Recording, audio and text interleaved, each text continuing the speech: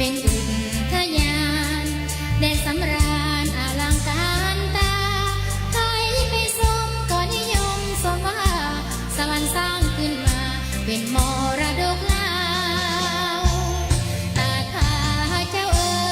ยถึงเจ้าอยู่แดนดงพงป่าเจ้าก็ยังงดงามสง่าคงคุณค่าประดับป่าภูเขา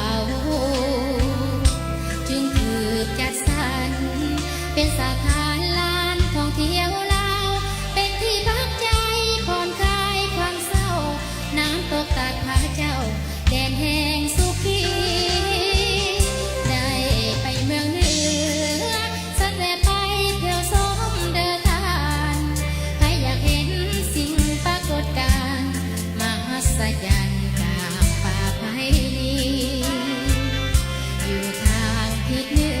อบ้านท่าเดือแขวงไสยบุรีใครบ่ทันเห็นเสิร์ชเด้อน้องพี่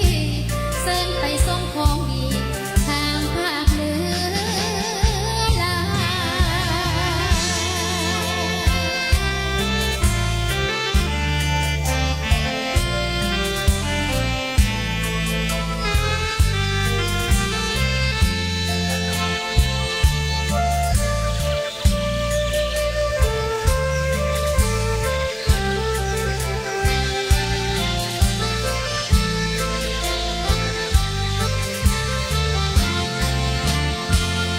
ตาดพา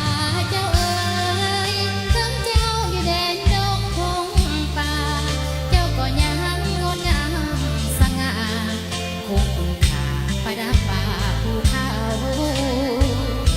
จึงถูกจัดสรรเป็นสถานลานท่องเที่ยวลาวเป็นที่พักใจผ่อนคลายความเศร้าน้ำตกตาดพาเจ้า